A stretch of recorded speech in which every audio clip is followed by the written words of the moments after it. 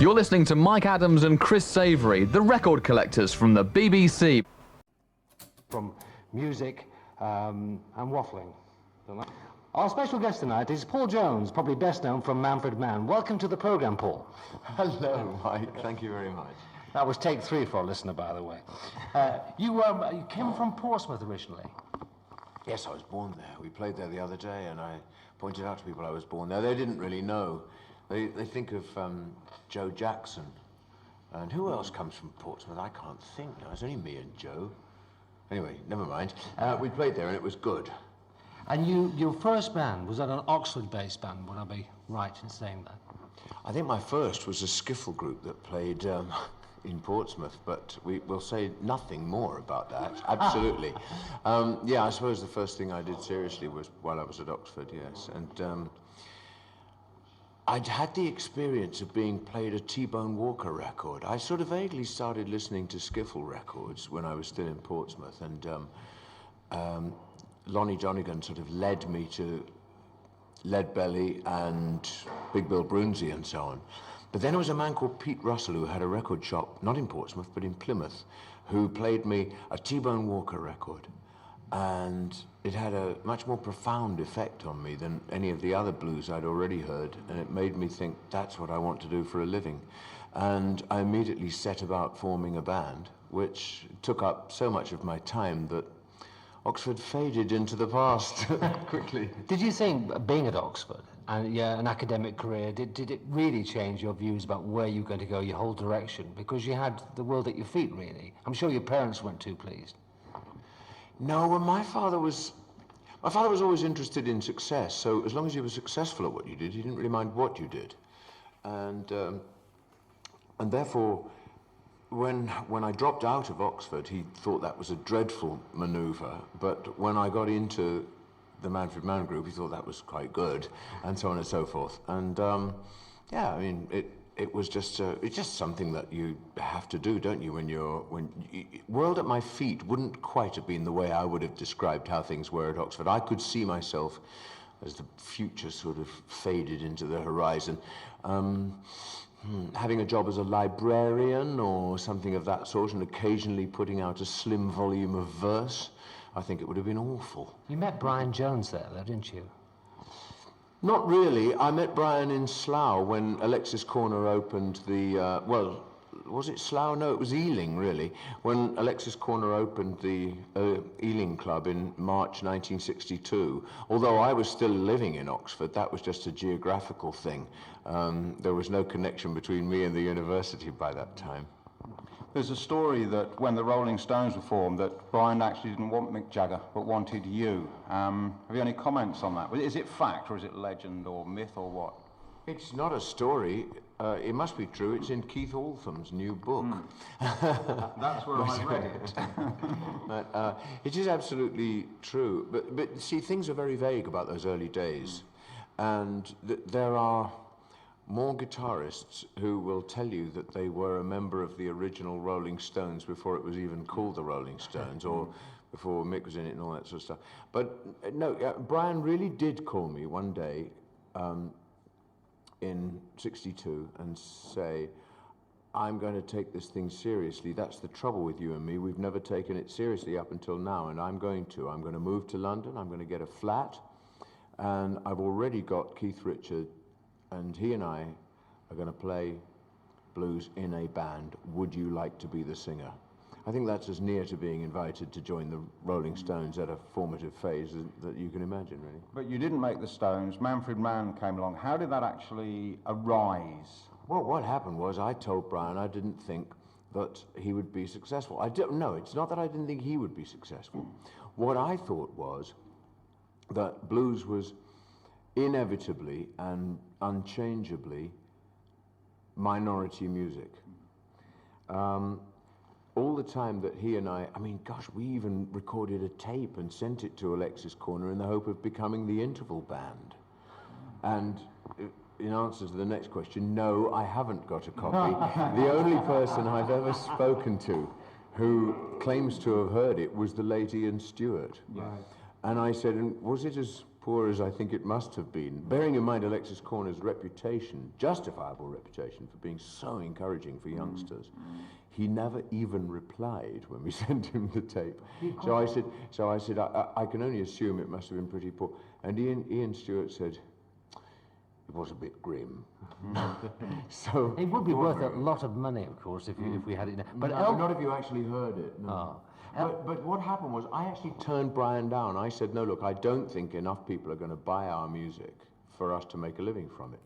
And in the meantime, I have got a job with a dance band in Slough, and I had. And I'd also been promised an audition with one of the major agencies of the day. And I said, see you further down the line, Brian.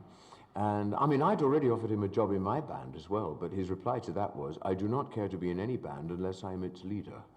And so we decided in a quite amicable way to part company, and I went off down that route, literally singing the hits of the day in a sort of red jacket and brill-creamed hair.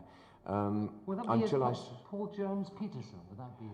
My goodness, they made me drop the Jones and wanted to call me Paul Peterson, and neither the band nor I knew that there already was a Paul Peterson who did dismal records like My Dad. And anyway, the next thing I really heard of Brian was that he'd got Mick, and that they were sort of really doing rather well, playing a residency at Richmond Station Hotel. And so the next time the phone rang and somebody said, would you like to join a forming rhythm and blues band? I said yes. You've added the word rhythm there. Up until then it was blues, now it's rhythm and blues. I mean, Manfred Mann were very much rhythm and blues, and I mean, some of your early solo albums were also very soul influenced as well, weren't they? Yes. Actually, Mick Jagger at that time, the early 60s, didn't even consider the Manfreds to be any sort of blues band, rhythm and blues or anything like that. He said, no, we're rhythm and blues, and you're a sort of soul jazz band. And it was true that we were playing some Charlie Mingus, but then Alexis Corner was playing Mingus tunes as well, and we were doing sort of, not only those, but kind of Hank Mobley and Art Blakey and stuff like this. But our sort of response to that was, no, we're a rhythm and blues band, you're a rock and roll group. Right. Well, now, you as Paul Peterson, was it Gordon Rees and the Adelphians? Would that be the name? My goodness. How could you possibly know that? Because I've read the book, you see, which I look at it today. I shall edit this out, but it's Mannerisms, which is the book from a former guest of ours, which is the 5 Phases of Manfred Mann. I got it from there. But you went to work for a record company, which was it Esquire Records? Yes, it was, and that was a jazz record company, basically, run by a jazz drummer called Carlo Kramer, and I think a couple of friends of mine sort of recommended, I don't know whether it was him to me or me to him, but anyway, he needed a sales rep. He had a sales rep who concentrated on the whole of Great Britain except for London, and he wanted a sales rep for London, and I said, well, I'll do the job. And I used to pound the pavements of the metropolis with not LPs, but the sleeves of the LPs, advertising and taking orders for Thelonious Monk, Miles Davis, Yusef Lateef, Roland Kirk, all sorts of things like that. And people like Mose Allison, a lot of blues artists were on there as well. That's true. That was just slightly later, I think, that those people, and in fact, Carlo sort of widened. He started to do ska on a label, gosh, I can't even remember what it was. Starlight label. And the Starlight label actually... Carry on. Suddenly there was music. And the Starlight label also put out some blues, very obscure blues from labels like Bandera and possibly even Parrot records from Chicago. And rare rock and roll, groups like the Trojans and so on, yes. Yes, I've got a few of those records. Yes, I have too, which I very find valuable. Yes, there was an EP of Eddie Boyd, which I owned for many, many years, with things like 5 Long Years, 24 Hours, Her Picture in the Frame, and I don't know, somehow it went missing the way one's cherished possessions do. If I jump, you're just talking about tracks and things like that. There's something that I'd like to know. You've been recently, I think, subject to a reissue campaign of your own stuff via RPM. Is there anything left in the can? I mean, there must be things that you recorded that haven't seen the light of day. Will we ever see an unissued Paul Jones CD? Yes, before we get to the unissued Paul Jones CD, I think there's still some, was a whole bunch of funny stuff that I did for, was it Bell Records or something like that? That stuff has yet to come out. I think there were, I think for instance there was a magnificent single with Sheena is a punk rocker on one side and Pretty Vacant on the other, which was actually the result of a slightly drunken dinner that I had with Tim Rice one evening in 76 or 7 or something like that. But anyway, yes, there's a whole album which, if it ever comes out, will be called Shelf, because it's been on the shelf for so long. It was done as a follow-up to my one and only London American album, which was called Crucifix in a Horseshoe.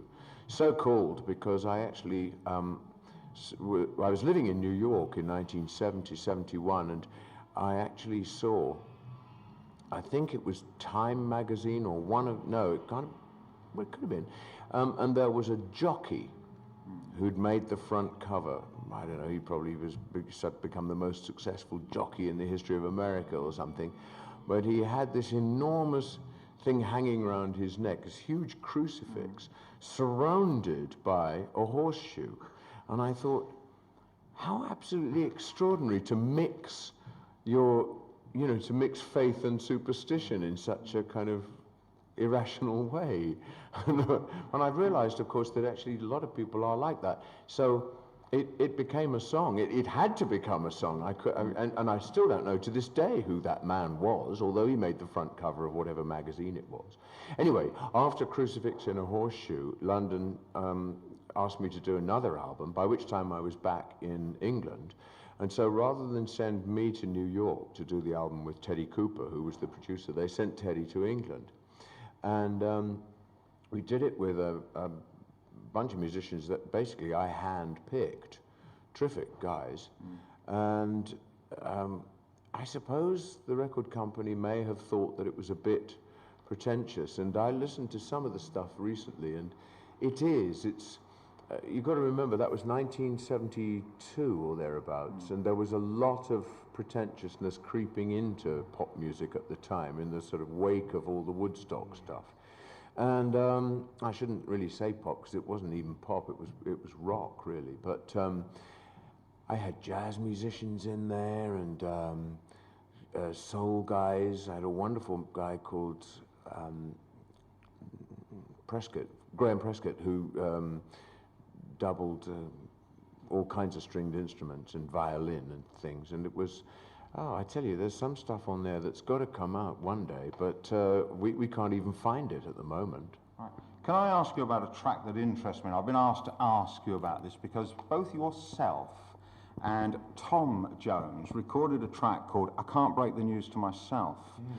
I'd like to ask you how you got hold of that. That was John Burgess. Was it? It was written by... It was a Benny King song, yes. And it was only issued over here accidentally as a demonstration copy of the other side of Good Night, My Love. Oh, yeah.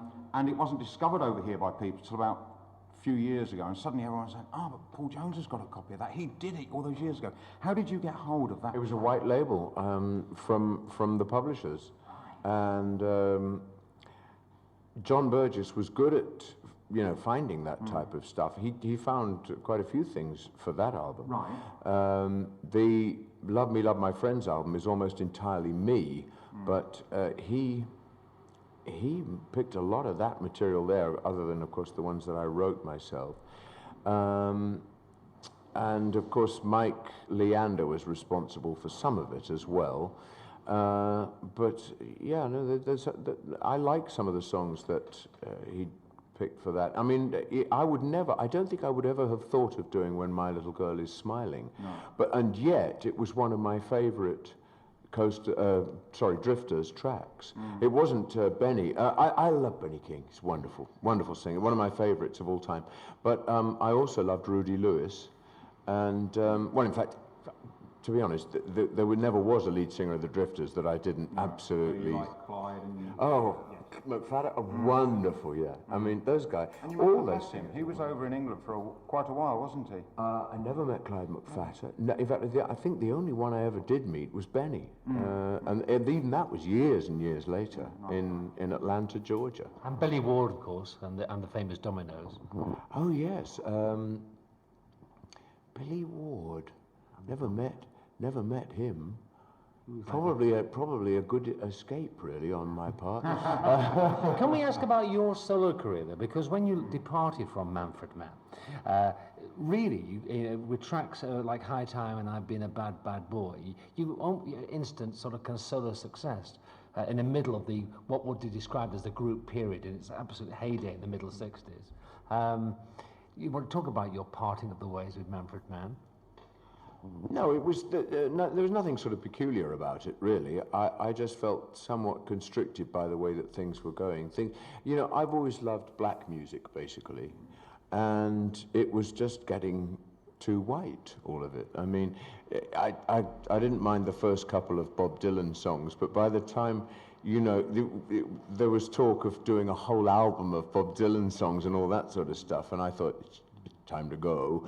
And not only the Bob Dylan songs, but also some of the things that Mike Darbo later did with the Manfreds had already started to appear, the Fox on the Run type of song, which wasn't really me. And you may ask then, in that case, why did I do something like High Time? Well, what happened was this. I thought, what I'll do is I'll leave the group and then I'll make all the decisions. That was very naive. By the time I had... You were a producer with... Am I right? You were producer with Manfred Mann. It said on the... I'm sure I read that you produced some of the tracks for Manfred Mann. Could be wrong. No, it was that they were always done by John Burgess. And then when I left the group, John decided to keep me and drop them. And basically, John found me my manager, he found me my musical director, he found me my publicist, and between them, they all cooked up what I was going to be. I had much less control over my career for those first couple of years than I had ever had while as a member of Manfred Mann. Can I ask a question about control over careers? I mean, it's really time for me to say, will the real Paul Jones stand up? Because I know you as Manfred Mann at the moment. I know you as the Blues Band, but I also know you as Paul and Dave Unplugged. So where of those are you really at? And the actor, of course. I was just going to make some facetious remark. And the radio presenter. And the The stage door, I think, is where I am. But which of those musically, because our programme is more about the music than the acting, which of those three do you feel most happiest with? Well, I refuse to make that choice as narrowly as that. Right. You see, for me, there's a continuum between the skiffle that I used to do with, Careless Love, Love, Oh, Love, Oh, Careless Love in 1956. And right through that, and then joining the Manfreds and doing, I've got my mojo working. And I mean, I had to teach them all the Muddy Waters and Howling Wolf stuff because they were jazz musicians. They knew from Mingus and from Ray Charles, perhaps, and a few things like that. But basically, they knew nothing about the blues. I had to teach them everything of that sort of stuff. But, you know, that goes right through. And not only that, but by that time, you know, my own record collection was modern jazz, which is one of the reasons why I did have a kind of rapport with people like Mike Hugg and Manfred Mann. And then, of course, I was also listening to Mahalia Jackson and Sister Rosetta Tharpe and all the gospel artists as well, because the gospel's a big thing for me. And then it goes right through,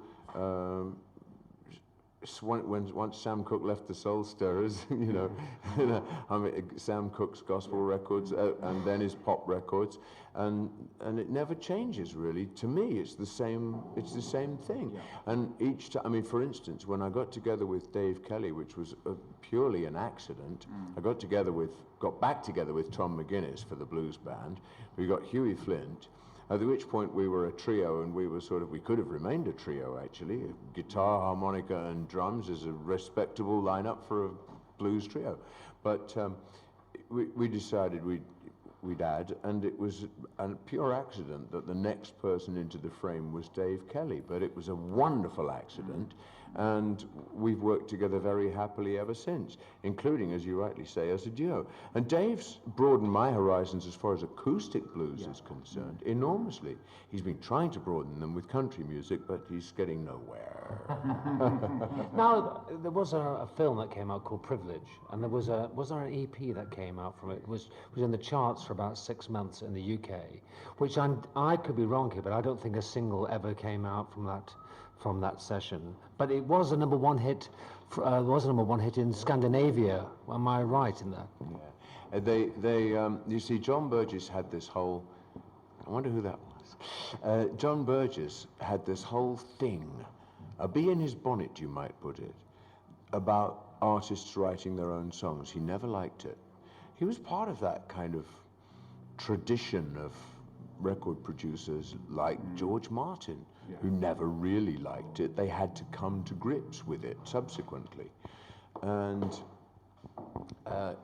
he went, you know, he said to me, no, look, if you have 12 tracks on an album and you wrote 2 of them, you will sell 5/6 of the amount that you would sell if you got proper songwriters to do the job.